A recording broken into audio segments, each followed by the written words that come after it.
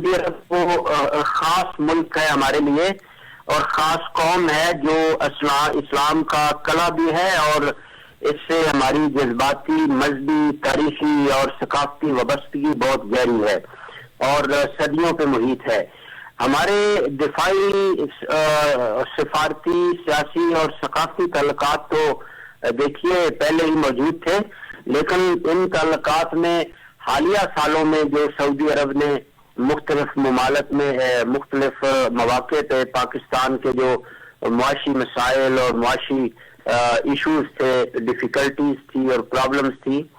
ان کو سالو کرنے کے لیے ایک برادر اسلامی ملک کی جو مدد کی ہے اور ہمیشہ سعودی عرب نے بڑے دل کا مظاہرہ کیا ہے، اس سے ان تعلقات کے اندر ایک نیا موڑ اور نیا ایک جیت جو ہے وہ ایڈ ہوئی ہے. اور اس میں وزیر اعظم پاکستان جناب محمد شہباز شریف صاحب اور آرمی چیف جناب سید آصم منیر صاحب کی جو خاص ایک لگاؤ ہے سعودی عرب کے ریاست کے ساتھ، وہاں کے عوام کے ساتھ، وہاں کے حکمرانوں کے ساتھ، اور اس کی وجہ سے خاص امپیٹس اور ایک خاص تحرک جو ہے ان تعلقات کے اندر ہمیں نظر آ رہا ہے. تو اس کو ٹرانسفارم کرنے کے لیے جو کنگ سلمان جو وزیر اعظم سعودی عرب ہیں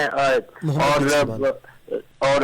محمد بن سلمان جو کراؤن پرنس ہیں، ان کا جو ویژن ہے 2030 کا، 2030 کا، اس میں انہوں نے اپنی اکانومی کو، اپنی معیشت کو ڈائیورسیفائی کرنا ہے اور اس کے اندر ایک تنوع اور براڈ بیس اس کے اندر تبدیلیاں لانی ہیں.